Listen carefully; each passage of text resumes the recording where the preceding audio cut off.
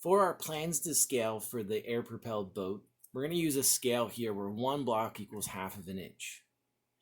If you're not sure how big to make this, what I would do is use the examples in the classroom to help you figure out how big to make it.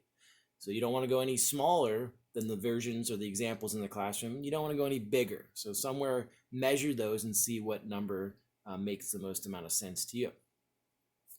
So our plans to scale, we need 3 views. We need a front view, which is lower left-hand corner. We need a top view, which is right above our front view. And we'll need a right side view over here. Okay. So I'm going to use a pen so that you can see on the camera a little bit better, but you should always use a pencil. First thing I'm going to do, our blanks of foam that we'll give you are 2 inches thick, but that's a little bit too thick. So I would say somewhere between 1 inch and 1.5 inches should be what you're shooting for here. So if I have the back of my boat, let's say I go for 1.5 inches, and I want this boat to be 8 inches long. So 2 blocks is 1 inch. So that's 1, 2, 3, 4, 5, 6, 7, and then 8. So 16 blocks gives me 8 inches because 1/2 of 1 block equals 1/2 inch. Then what I'm going to do is bring out the bottom here, and for me it's just going to kind of taper up to a point at the front or the bow of the boat. My motor mount I like to keep towards the back. My water line on this is probably going to be about halfway, so I'm going to make sure that my motor mount 1, 2.5 sticks up here. You'll find that your motor mount doesn't have to be any thicker than 1 inch, so that's 2 blocks, and it should be about 2 inches outside of the water.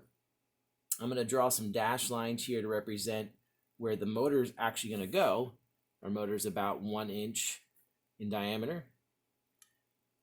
And then I can kind of draw a visual reference to what my propeller is going to look like and where it's going to be placed. All right. The other thing I like to place here is where I want to show my battery is going to go.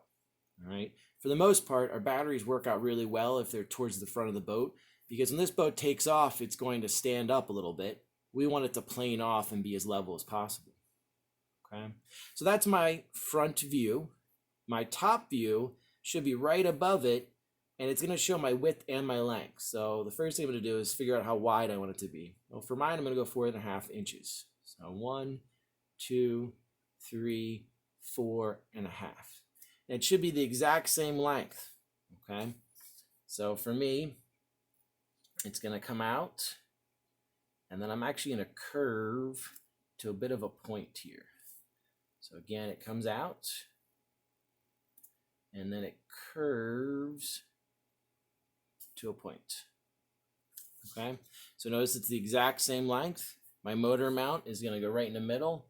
My motor mount is going to be about 1.5 inches in width, so that I can fit my motor, which is 1 inch in diameter, right here. Okay, there's the propeller. My battery I had located up here towards the front. In fact, I can see I actually put a little bit too far forward, so I'll probably have to back it up a little bit in my design. That's what's nice about having a pencil versus a pen. Okay. Now I need my right side view. And for my right side view, it should be the exact same width as my top. And it should line up perfectly here. So 1, 2, 3, 4, 5, 6, 7, 8, 9. So that's 4.5. 1, 2, 3, 4.5. And it should be the same thickness here. So it's going to come down for me like this. My motor mounts at 1.5 blocks. Here we go. I'm going to go kind of with a curved shape like this.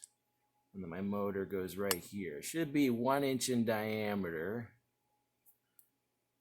All right. So it looks like that. You can see how everything's nice and lined up, right in the positions that we're looking for here. This is what you're going to do in order to get a seal of approval from me. The next step after this is starting to do your build.